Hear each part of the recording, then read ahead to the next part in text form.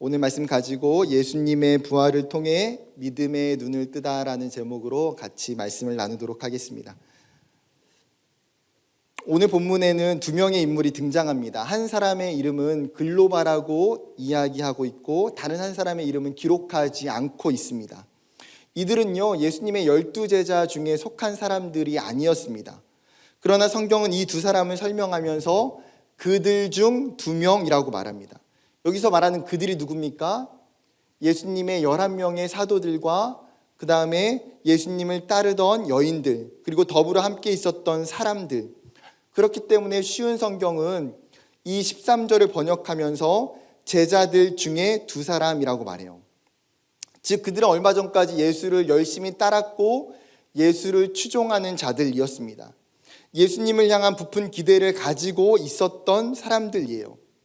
그런데 이틀 전에 예루살렘에서 너무나 충격적인 사건을 경험하게 됩니다. 그것이 무엇입니까? 자신들이 믿고 따랐던 예수가 로마 군병의 손에 이끌려 골고다 언덕 십자가 위에 못 박혔고 거기서 숨이 끊어졌어요. 심지어 며칠 후에 몇 명의 여인들이 준비한 향품을 가지고 예수님의 시체가 있는 그 무덤에 방문했을 때에 그 무덤의 문이 열려있고 시체가 없는 것을 듣게 되었습니다. 제자 공동체에게 있어서는 말할 수 없는 충격과 절망에 휩싸이게 돼요. 얼마 전에 대통령 선거를 치렀습니다. 우리가 선거 때마다 보게 되는 것 중에 하나는 무엇이냐면 승자에게는 말할 수 없는 기쁨과 환희가 있어요. 그러나 상대편 진영에서 후보를 보좌하고 도왔던 사람들의 입장에서는 선거를 마치고 나면 슬픔의 눈물들을 흘리는 것을 쉽게 보게 됩니다. 자신들이 걸었던 기대와 희망이 사라질 때 오게 되는 슬픔, 아쉬움, 허무함 같은 마음 때문이겠죠. 그런데 오늘 예수를 따르던 제자들이 느꼈을 감정과 마음들은 이것과 비교조차 할 수 없는 일이에요. 자신이 따랐던 스승 예수, 자신들의 삶의 전부였던 그 예수가 정말 하루아침에 극악한 범죄자가 되어서 십자가 위에서 죽었어요. 더 이상 어떤 기대도 꿈꿀 수가 없는 절망적인 그 상황 속에 깊은 우울감들이 그들에게 찾아오게 됩니다. 그래서 오늘 성경은 그 엠마오로 가는 그 2명의 사람이 슬퍼했다, 슬픈 빛을 띄었다라고 분명하게 이야기하고 있습니다. 그렇게 그들은 안식 후 첫날에 자신들의 짐을 챙겨서 예루살렘을 떠나게 됩니다. 본문 13절에는 그들이 엠마오라 하는 마을로 가는 중이었다라고 알려주고 있어요. 엠마오라고 하는 단어는 따뜻한 우물이라는 뜻입니다. 쉽게 이야기하면 온천이라고 말할 수가 있어요. 그렇기 때문에 이스라엘이나 고대 지중해 지역에서 엠마오라고 이름하는 마을들이 굉장히 많았다고 기록하고 있습니다. 오늘 성경이 이야기하고 있는 엠마오가 어디 있는지 성경학자들이 정확하게 이야기하는 사람이 없어요. 단 알 수 있는 정보는 무엇입니까? 지금 예루살렘에서 엠마오까지 거리가 25리, 즉 지금의 거리로 환산하면 약 11km가 되는 마을이었다라는 거예요. 이들에게 엠마오로 가는 길은 어떤 길이었을까요? 여러분, 단순히 그들의 목적지가 엠마오를 이야기하는 게 아니에요. 그들이 지금 엠마오로 걸어가는 그 길은 소망을 잃어버린 길이었고 자신들이 가지고 있었던 그 믿음을 놓쳐버린 길이자 제자 공동체로부터 이탈하는 길이었어요. 모든 전의를 상실한 폐장병의 모습으로 가는 길. 그 길에서 나눴던 이야기가 무엇입니까? 14절에 이 모든 된 일을 서로 이야기하더라. 여기서 말하는 이 모든 된 일이 뭘까요? 아마도 한 주 전에 있었던 예수와 관련된 일들을 이야기할 거예요. 한 주 전에 예수님께서 어린 나귀 새끼를 타시고 그 예루살렘의 수많은 사람들의 환영을 받으면서 그 예루살렘으로 입성하셨던 그 사건을 시작으로 예수님이 성전에 들어가셔서 그 성전에서 장사하는 사람들을 쫓아내시고 성전을 정화하셨던 사건, 그리고 그 성전에서 낮에 매일마다 말씀을 가르치시고 밤에는 감람산에 올라가서 기도하셨던 일, 그리고 갑자기 종교 지도자들과 로마 군병들에게 붙잡혀서 여러 차례 신문과 고초를 겪으셨고 속전속결로 골고다 언덕 위에 십자가에 처형당하신 일, 심지어 예수의 시체마저 사라져버린 황당한 사건까지, 지금 이 엠마오로 가는 두 제자들은 한 주간에 일어났던 정말 드라마틱한 사건들에 대해서 이야기하고 있었던 거예요. 여러분, 바둑을 보면 복귀라는 것이 있습니다. 복귀가 무엇입니까? 바둑을 두고 난 후에 그 내용을 검토하고 비평하기 위해서 두었던 대로 다시 처음부터 놓아보는 것을 복귀라고 하는 거예요. 그 복귀를 통해서 잘못 놓았던 수를 다시 찾고 반성하고 배우는 방법이에요. 엠마오로 가는 지금 두 제자는 예루살렘에서 있었던 일련의 사건을 지금 복귀해 보고 있는 거예요. 무엇이 잘못되었던 것일까? 어디서부터 문제가 있었던 것이? 왜 예수라는 분이 갑자기 이렇게 허무하게 십자가에 달려 죽게 된 것일까? 끊임없이 예루살렘의 사건을 복귀해 봐도 그들의 결론은 무엇입니까? 실패하신 예수였어요. 다시 반복할 수 없는 철저한 패배였어요. 어디서부터 무엇이 어떻게 되었는지 도저히 이해할 수 없는. 왜요? 지금 그들은 예수님의 계획과 예수님의 목적과 예수님의 수를 정확히 알고 있지 못하기 때문이에요. 비록 그들이 엠마오로 가면서 예수에 대해서 이야기하고 예수님을 생각하고 예수님을 묵상하고 있지만 정작 예수님이 어떤 분이신지를 정확히 알지 못하기 때문에, 예수님은 그들의 문제를 뭐라고 말씀하십니까? 25절과 26절 같이 읽어볼까요? 25절 26절 시작.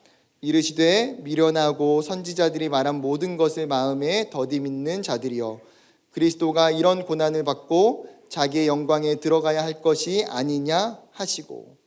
지금 이 두 명의 사람에게 예수님 말씀하시는 게 뭐예요? 너희가 너무나 어리석다라는 거예요. 너희가 믿음이 전혀 없다라는 거예요. 너희가 선지자들이 예전부터 이야기했던 메시아에 대한 모든 것, 그 메시아, 그 그리스도가 고난을 받고 죽임을 당하고 부활하실 것에 대해서 너희가 지금 믿지 않고 있다라는 거예요. 오늘 사건의 전 문맥이었던 모습에서도 제자 공동체에게 동일하게 그 모습이 나타나요. 여러분, 천사들이 예수님이 부활하신 소식을 분명하게 여인들에게 이야기해 줬어요.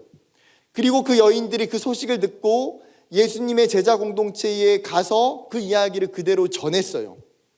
그런데 성경은 11절에 뭐라고 이야기합니까? 11절, 사도들은 그들의 말이 허탄한 듯이 들려 믿지 아니하나. 지금 천사들이 이야기해 주고 있는 부활에 대한 소식을 지금 제자들이 어떻게 생각한다는 거예요? 허튼 소리라고, 말도 안 되는 소리라고 생각하고 믿지 않는다는 거예요. 사실 우리가 만일 그 자리에 있었다면, 우리가 예수님의 제자들이었다면 여러분, 우리도 똑같았을 것 같아요.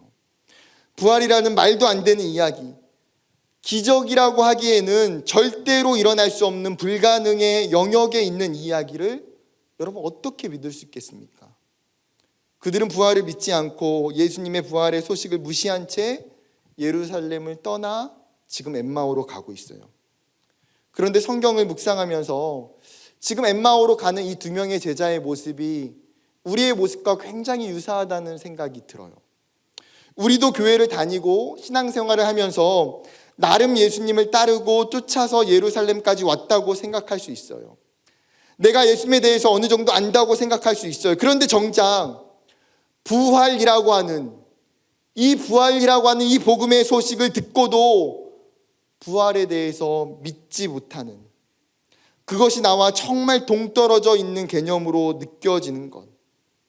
부활의 신앙이 없는 상태로 고난과 유혹이 찾아올 때에 절망과 낙심에 빠져서 믿음의 길을 떠나 엠마오로 도망치듯 신앙에서 이탈하는 모습.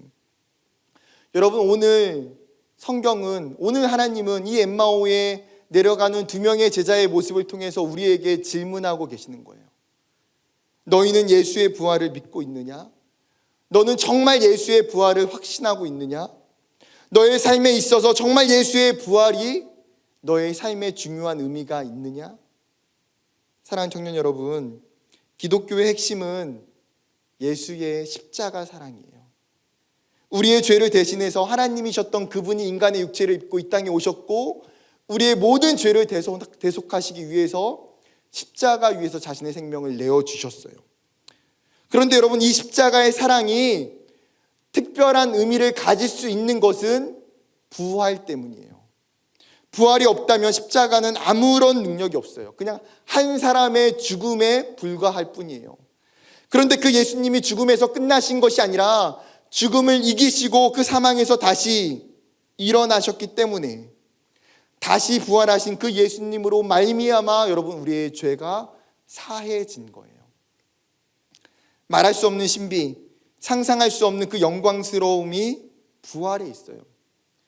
여러분, 기독교에서 가장 큰 기쁨은 그렇기 때문에 부활이에요. 예수님이 이 땅에 내려오신 성탄, 예수님이 나를 위해서 십자가에 죽으신 것, 말할 수 없는 기쁨이고 말할 수 없는 신비이지만 여러분, 가장 본질적인 신학적 기쁨은 어디에 있어요? 예수님의 부활에 있어요. 그렇게 예수를 믿는다는 것은 항상 부활과 연결되어 있다라는 거예요. 부활을 믿어야 예수님을 정확히 믿는 거예요. 오늘 성경은 이 부활을 가르쳐주고 믿게 하기 위해서 지금 오늘의 사건을 우리에게 기록하고 있다라는 거예요. 예수님의 부활이 무엇인지 알려주시기 위해서, 그리고 이 부활을 우리가 어떻게 받아야 되는지, 어떻게 이 부활 앞에 서야 되는지를 오늘 본문을 통해서 우리가 살펴보기를 원해요. 본문이 우리에게 알려주는 첫 번째 메시지는 부활을 알려주시기 위한 예수님의 열심과 사랑을 발견할 수 있다는 거예요. 지금 엠마오로 내려가는 두 제자 옆에 한 사람이 다가와요. 누굽니까? 바로 부활하신 예수님. 예수님이 직접 두 제자를 만나기 위해서 찾아오셨어요. 그런데 여러분, 이들은 자신 옆에 찾아온 예수님이 정작 누구인지 알아차리지 못하고 있어요. 왜 그렇습니까? 성경이 뭐라고 말해요? 그들의 눈이 가리어져서. 그들의 눈이 가리어졌대요. 원어를 직역하면 그들의 눈이 억제되어서예요. 억제되어서. 즉 예수님께서 그들로 하여금 지금 자신을 알아보지 못하도록 그들의 눈을 억제하고 지금 막으셨다라는 거예요. 다른 한편으로는 지금 그들의 눈이 가려짐을 통해서 그들의 지금 영적인 상태를 보여주고자 하시는 거예요. 그들의 영적인 상태가 어떻습니까? 영적으로 캄캄한 어둠의 상태, 빛을 잃어버린 상태이기 때문이에요. 예수님은 그런 제자들에게 영적인 눈을 뜨게 하는 것이 더 중요한, 더 본질적인 문제인 것을 아셨기 때문에 곧바로 자신을 알아채도록 하시지 않고 일부러 막으셨던 거예요. 그리고 예수님은 그들을 옆에 찾아오셔서 그들의 여행의 말동무가 되셨고 지금 그들의 대화 속에 끼어들고 계세요. 너희가 길 가면서 서로 주고받는 이야기가 무엇인지 물으세요. 지금 예수님이 몰라서 물으십니까? 아니에요. 그들에게 진리를 명확하게 가르쳐 주시기 위해서 질문하시는 거예요. 지금 그들이 이 엠마오로 가면서 이야기하는 주제는 딱 하나예요. 예수. 그런데 그들이 생각하는 예수가 어떤 분입니까? 19절에도 이렇게 이야기해요. 그는 하나님과 모든 백성 앞에서 말과 일에 능한 선지자이거늘. 즉 그들이 지금 이야기하는 예수님이 어떤 분입니까? 이 예수라는 분은 하나님의 영적인 권위를 가지고 이 땅에 내려오신 하나님이 보내신 사람이라는 거예요. 이 사람은 구약에 있는 수많은 선지자들과 같이 하나님의 말을 대언하기 위해서 보내진 사람, 그리고 이 사람은 하나님이 주신 특별한 능력이 있는 사람이라고 이야기하고 있어요. 예수님에 대한 제자들의 인식은 예루살렘에 있었던 수많은 이스라엘 사람들과 동일한 것을 보게 돼요. 누가복음 9장에 예수님께서 가이사랴 빌립보의 제자들과 함께 올라가시면서 제자들에게 그곳에서 뭐라고 질문하십니까? 사람들이 나를 누구라 하느냐라고 물으세요. 누가복음 9장 18절과 19절, 예수께서 따로 기도하실 때 제자들이 주와 함께 있더니 물어 이르시되 무리가 나를 누구라고 하느냐? 대답하여 이르시되 세례 요한이라고, 더러는 엘리야라, 더러는 옛 선지자 중에 한 사람이 살아났다 하나이다. 여러분, 지금 사람들이 가지고 있는 공통적인 인식이 무엇입니까? 하나님이 보내신 선지자 정도예요. 세례 요한, 엘리야, 에레미야, 에스겔, 그와 같은 선지자 중에 한 사람이 다시 온 것이 아니냐. 그들은 지금 예수가 메시아이고 구원자이신 것에 대한 인식은 전혀 없어요. 그런데 지금 엠마오로 가는 두 명의 제자들도 똑같은 영적인 인식 상태를 가지고 있다는 거예요. 심지어 그들은 예수님을 정치적 메시아로 생각해요. 21절에 보게 되면 우리는 이 사람이 이스라엘을 속량할 자라고 바랐노라. 이뿐 아니라 이 일이 일어난 지가 사흘째요. 여러분, 이 사람들 그리고 제자 공동체들이 기대하고 바랐던 마음이 뭐예요? 이 예수라는 사람이 이스라엘을 속량할 자라고 기대했다라는 거예요. 개역 개정은 이스라엘을 구속할 자라고 번역해요. 중요한 것은 여기서 이야기하는 구속, 속량이라는 단어가 영적인 의미로 죄에서 건지는 구원의 의미가 전혀 아니다라는 거예요. 단순히 로마의 통치와 억압으로부터 해방시켜주는 구속이에요. 즉 이스라엘의 종교회 그리고 사회적인 리더가 되어 로마와 싸우고 투쟁하고 승리를 안겨줄 지도자. 예수님을 열심히 따랐던 제자들조차도 이스라엘 사람들과 별반 다르지 않았어요. 예수님은 정치적 메시아로 자신들의 기대와 소망을 이루어줄 대상으로만 보고 있다라는 거예요. 그러면 여러분은 예수님을 어떻게 바라보고 있습니까? 예수님은 내 꿈과 내 비전을 이루어주는 대상이 아니에요. 예수님은 나에게 평안과 물질을 허락해 주시는 분이 아니에요. 진짜 예수님은 어떤 분이십니까? 우리가 예수님에 대해 모르기 때문에 부활에 대해 알지 못한다면 어쩌면 우리도 지금 이 엠마오의 두 명의 제자처럼 우리의 영적인 눈이 가리어져 있는 상태는 아닌지요. 그런데 그 다음이 정말 중요해요. 그런 제자들과 그런 우리들을 위해서 예수님이 어떻게 하셨습니까? 엠마오로 가는 그 믿음의 길을 이탈하고 있는 그들에게 예수님이 찾아가 주셨어요. 제자들의 그 연약한 믿음을 포기하지 않고 지금 붙드시고 계신다라는 거예요. 제자들을 향한 그 예수님의 뜨거운 사랑과 열정을 이 장면 속에 보게 돼요. 이것이 예수님의 성품이고 예수님의 속성이기 때문이에요. 요한복음 13장 1절에 이렇게 말합니다. 같이 읽어볼까요? 시작.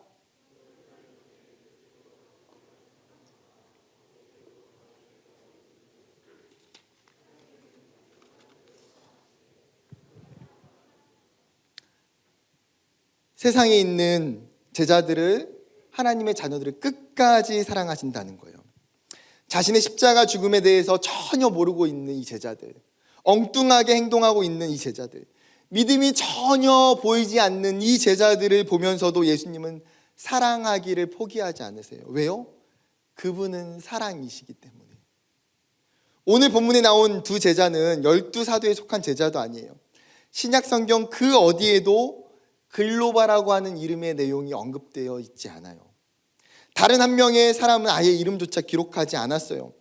여러분, 그러면 성경의 기록의 관점에서 본다면 이 사람들은 굉장히 존재감이 적은 사람들, 아니 정말 어쩌면 냉철하게 말하면 존재감이 아예 없는 사람들일 수도 있어요. 하나님 나라를 위해서, 복음 전도를 위해서 뭔가 절대적으로 필요하기 때문에 이 사람들이 반드시 붙잡아야 하는 핵심적인 인물이기 때문이가 아니에요.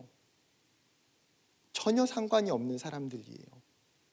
그런데 예수님은 오늘 부활하신 첫날, 그리고 12명의 제자들을 만나기 전에 지금 이들을 붙잡기 위해서 예루살렘에서 엠마오로 걸어가시고 그들에게 찾아가셨어요. 설교를 준비하면서 이 예수님의 모습이 얼마나 위대하고 대단해 보이던지요. 우리는 흔히 믿음이 없는 사람, 신앙이 약한 사람, 예수님을 믿기 어려운 상황과 환경 속에 있는 경우에는 그들을 끝까지 붙들고 신앙을 포기하지 않도록 돕는 일에 열심을 내지 못할 때가 있어요. 그러나 예수님은 한 영혼도 놓치고 싶지 않으신 거예요. 부활하신 이후에 곧바로 그들을 찾아가셨고 만나셨고 동행하셨고 그들에게 성경을 풀어주셨어요. 여러분, 결국은 그 예수님의 포기하지 않는 사랑이 그들로 하여금 다시 믿음의 길을 가도록 인도하고 있다는 거예요. 포기하지 않는 그 예수님의 사랑이 그들의 가리워졌던 눈을 뜨게 했고 예수님의 부활하신 그 예수님을 만나게 하는 은혜의 동력, 은혜의 동인이 되었다라는 사실이에요. 무엇이요? 예수님의 그 열정과 사랑이에요. 사랑하는 청년 여러분, 여러분의 모습이 마치 엠마오로 가는 제자들의 모습과 같습니까? 그럼 한 가지를 기억하고 알았으면 좋겠어요. 여러분이 걸어가는 그 길에서 예수님이 여러분에게 친히 찾아와 주시고 함께 걸어가시고 함께 동행하신다는 사실이에요. 예수님은 믿음이 없는 나를, 연약한 나를 절대 포기하지 않는 분이에요. 그 예수님은 나에게 부활의 소식을, 그 부활의 기쁨을, 그 부활의 영광을 친히 알려주고 싶으신 분이에요. 나에게 찾아오신 이 예수님을 만나는 저와 여러분이 되기를 주님의 이름으로 축복합니다. 다시 본문으로 돌아가서 두 번째 함께 나누길 원하는 것은 누구나 말씀을 통해서 예수의 부활을 깨달아 알 수 있다는 거예요. 여러분, 제자들에게 찾아오셨던 예수님이 하셨던 중요한 행동이 있어요. 바로 27절이에요. 27절 같이 읽어볼까요? 27절 시작. 이에 모세와 모든 선지자의 글로 시작하여 모든 성경에 쓴 바 자기에 관한 것을 자세히 설명하시니라. 여러분, 지금 예수님의 그 진리를 모르는 제자들을 예수님은 책망하거나 꾸짖지 않아요. 그들을 향하여 믿음이 없다고 비난하지 않으세요. 오히려 정반대예요. 그들에게 진리를 가르쳐 주시기 위해, 말씀을 깨우쳐 주시기 위해 최선을 다하세요. 그들은 지금 복음의 일타 강사이신 그 예수님께 쪽집게 과외를 받고 있어요. 모세오경과 수많은 구약의 선지자들이 선포했던 그 예언의 말씀을 시작으로 예수님에 대해 이야기하는 모든 성경의 말씀들을 예수님이 자세히 설명해 주고 계세요. 지금 선지자들이 말하고 있는 메시아가 누구를 향하고 있는지, 누구를 이야기하고 있는지, 그 메시아 사역의 하이라이트가 십자가의 죽음과 부활을 통해 완성되어져 가는 것임을 정확하게 가르쳐 주고 계세요. 사도행전 8장에도 이와 유사한 장면이 있습니다. 예루살렘의 7 집사 중에 한 명이었던 빌립 집사가 있었어요. 어느 날 주의 사자가 빌립 집사에게 나타나서 이야기한 게 무엇입니까? 너가 예루살렘에서 가사로 내려가는 광야로 가라는 명령이에요. 빌립이 말씀에 순종하여 광야로 갈 때에 굉장히 특별한 사람을 만나게 돼요. 그 사람은 에디오피와 간닥의 여왕의 국고 맡은 내시였던 사람이었어요. 그가 이 멀리까지, 이 먼 예루살렘까지 온 목적은 단 하나, 예루살렘 성전에서 예배하기 위해서. 어떤 이유로 그가 하나님에 대해서 알았고 이스라엘이 섬기는 그 여호와가 누구인지 알았는지 모르겠지만 누구보다도 여호와 하나님에 대한 관심이 지대했던 사람. 그는 예루살렘을 방문하고 예배를 드리고 지금 돌아가는 길이에요. 심지어 그 돌아가는 수레에서 선지자 이사야의 글을 읽고 있어요. 그런데 그 이사야 선지자의 말씀을 읽고 또 읽어도 깨달아 알 수가 없는 거예요. 그리고 나서 그때 만난 빌립을 청하여서 이 말씀이 어떤 말씀인지 가르쳐 달라고 요청해요. 빌립은 이사야 말씀에 나타난 어린 양이 누구인지, 그분이 어떤 분이시고 무엇을 행하셨는지 말씀을 풀어 가르쳐 주시고 복음을 전해요. 그리고 그 말씀을 통해서 이 사람은 예수를 만나고 예수를 경험하게 돼요. 하나님은 말씀을 전하고 말씀을 가르치도록 빌립을 보내셨던 거예요. 그리고 그 말씀을 가르칠 때에 한 생명이 구원받게 되는 역사가 일어나는 것이죠. 오늘 성경은 우리에게 이 명확한 방법을 가르쳐 주고 있어요.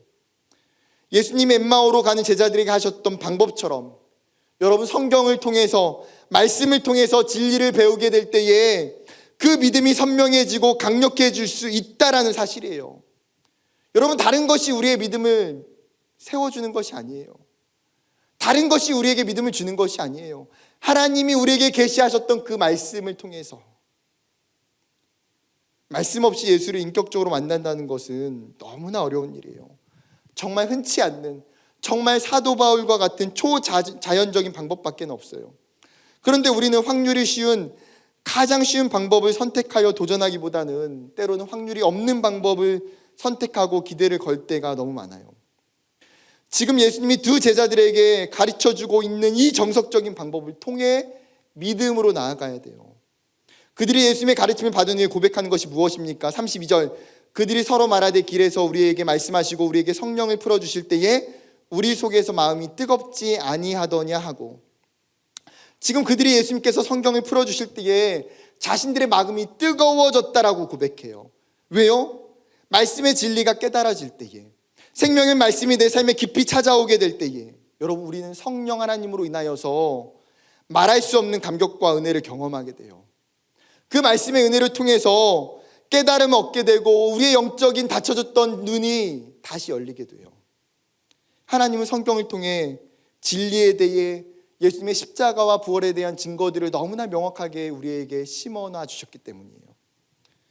예수는 역사다라는 책을 집필한 리 스트로벨이라는 사람이 있습니다. 그에 관한 영화도 몇 년 전에 나왔어요. 예수 사건이라는. 그는 예일대 법학대학원 출신의 굉장히 똑똑하고 냉철한 성격의 소유자예요. 리는 1980년에 시카고 트리뷴지의 최연소 기자로 일하게 되었습니다. 그리고 어느 날 리는 가족들과 함께 자신의 승진을 축하하기 위해서 한 식당에서 자녀들과 아내와 함께 식사를 하게 되었습니다. 그런데 그때 첫째 딸 앨리슨이 먹고 있던 풍선껌이 목에 걸리는 사고가 일어나게 돼요. 여러분, 풍선껌 무서워요.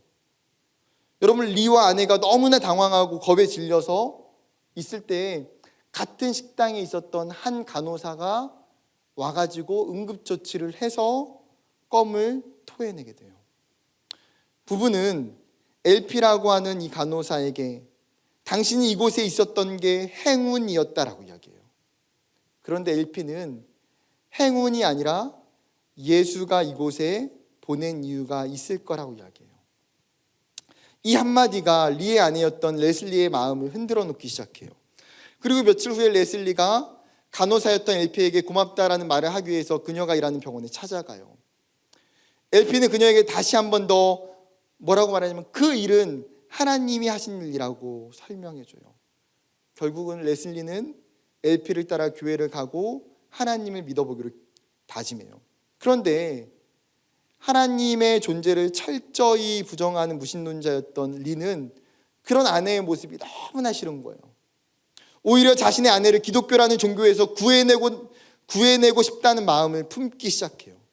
그리고 자신의 멘토에게 찾아가서 고민 상담을 하다가 아내를 위해서 성경책에 기록된 사실들이 가짜이고 왜곡되었음을 증명해 보이기로 마음먹어요. 그는 기자로서의 자질과 능력을 사용하여 성경을 철저하게 분석하고 파헤치기 시작해요. 그리고 2년이라는 끈질긴 시간과 노력 끝에 성경을 파헤치면서 성경의 오류 찾기를 위해 온갖 노력을 다 쏟아부어요. 성경의 신빙성을 깨기 위해서 각 분야의 13명의 전문가들과의 대담을 펼치기도 해요. 기독교의 오류, 기독교의 거짓을 밝히기 위해 시작했던 그의 글은 2년의 시간이 지나 예수의 역사적 사실을 증명하는 변증학 책으로 집필되게 돼요. 그 책이 예수는 역사다라는 책이에요. 여러분, 무엇이 무신론자였던 이 사람을 변화시켰을까요? 무엇이요? 하나님의 말씀이에요. 그 말씀 안에 있는 예수에 관한 증거와 사실들이에요. 그는 말씀을 통해서 무신론자에서 크리스찬으로 바뀌게 되었고, 그는 자신과 같은 구도자를 섬기는 목사가 돼요. 그리고 이후에 수많은 변증학 책들을 집필하게 돼요. 사랑하는 여러분, 리 스트로벨에게 일어난 사건은 우리 모두에게 일어날 수 있는 지극히 평범하고 일상적인 이야기예요. 그렇기에 성경을 통해서 예수의 십자가와 부활이 너무나 명확하다는 사실들을 우리가 깨달아야 돼요. 말씀을 통해서 예수의 십자가와 부활이 우리의 존재와 맞닿는 만남을 가져야 돼요. 말씀을 통해서 성령 하나님이 내 속에서 정말 내 영혼을, 내 마음을 뜨겁게 하는 것을 경험해야 돼요. 오직 말씀을 통해서 우리는 부활을 확신할 수 있어요. 그리고 그 말씀을 통해서 주어진 부활의 신앙이 우리로 하여금 진짜 믿음을 갖게 하는 거예요. 사랑하는 여러분, 우리가 하나님의 말씀으로 예수님이 보여주신 그 부활의 가르침을 우리가 보기를 원하고 믿기를 원합니다. 한 걸음 나아가서 마지막 말씀을 통해 보는 세 번째는요, 예수님의 부활을 믿으면 삶의 방향이 달라진다는 거예요. 예수님의 부활을 믿지 않았던 두 제자는 예루살렘에서 엠마오로 갔어요. 즉 아까 이야기했던 것처럼 예수님을 떠나서 자신의 삶의 자리로 돌아가고 있는 거예요. 엠마오로 가는 그 길은 십자가에서 멀어지는 길, 신앙에서 멀어지는 길이라는 것을 암묵적으로 표현해주고 있는 사인이에요, 사인.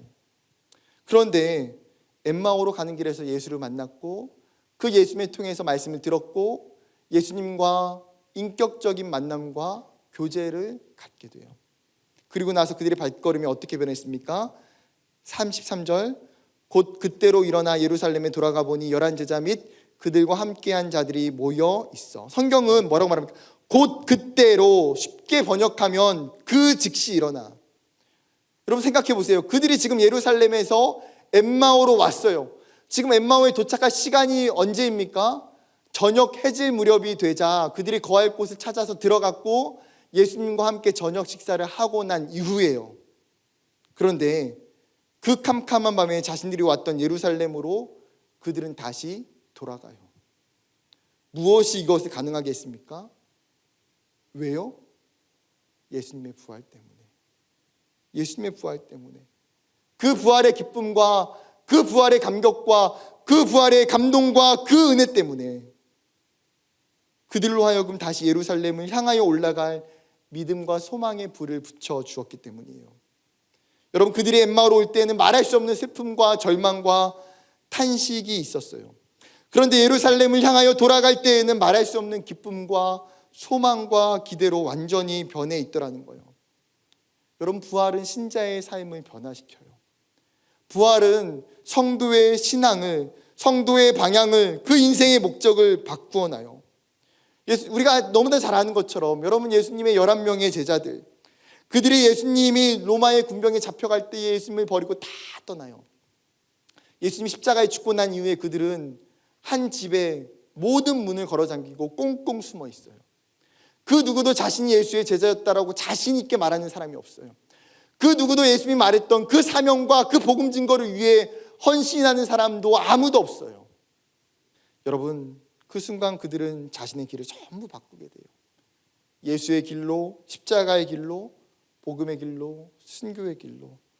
부활은 신자의 삶을, 그 영혼을 완전히 다른 길로 인도해요. 여러분, 바울이 갈라디아 2장 20절에 고백하는 것이 마찬가지 아닙니까? 한 목소리로 함께 같이 고백하며 읽었으면 좋겠습니다. 시작. 내가 그리스도와 함께 십자가에 못 박혔나니 그런즉 이제는 내가 사는 것이 아니요 오직 내 안에 그리스도께서 사시는 것이라. 이제 내가 육체 가운데 사는 것은 나를 사랑하사 나를 위하여 자기 자신을 버리신 하나님의 아들을 믿는 믿음 안에서 사는 것이라. 여러분, 부활하신 예수를 만난 바울은 자신의 인생을 바꾸잖아요. 예수 믿는 자를 죽이러 다녔던 그 사람이 예수를 전하기 시작해요. 그는 부활하신 예수가 자신의 삶에 들어온 순간에 더 이상 내 삶이 내 것이 아닌 십자가에 달려 나를 위해서 죽으신 예수의 것임을 확신하게 돼요. 내가 살아가는 것은 그 예수의 부활 때문인 것을 그가 고백하게 되는 거예요. 오직 그 믿음에 의하여 살아가는 인생이 기쁘다라고 그가 고백하고 있어요. 사랑하는 여러분, 말씀을 맺으려고 합니다. 여러분의 길은 지금 어디로 향하고 있습니까?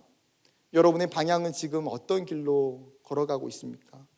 그 길이 예루살렘에서 엠마오로 내려가는 길이 아닌 엠마오에서 예루살렘으로 올라가는 길이 되길 원해요. 예수를 놓아버렸고 믿음에서 멀어지는 길이 아니라 부활하신 예수님 만나고 그 확신으로 인하여서 다시 믿음의 길을 걸어가기를 소망해요. 여러분, 엠마오의 그 두 제자가 다시 신앙의 공동체 안으로 돌아가기 위해, 다시 자신들의 사명에 돌아가기 위해 걸어가고 있는 것처럼 내가 만난 그 부활의 예수가, 내 삶에 찾아오셨던 그 부활하신 예수님 때문에 과거에 내가 예수를 모르고 살 때의 내 삶이 아니라 예수를 안 이후에 내 삶은 여전히 새로운 길로 걸어가게 될 거예요. 그 부활의 능력이, 그 부활의 은혜가 우리의 삶을 새롭게 하고 빛나게 할 줄 믿습니다. 이 부활을 믿고 확신하는 저와 여러분이 되기를 주님의 이름으로 축복합니다.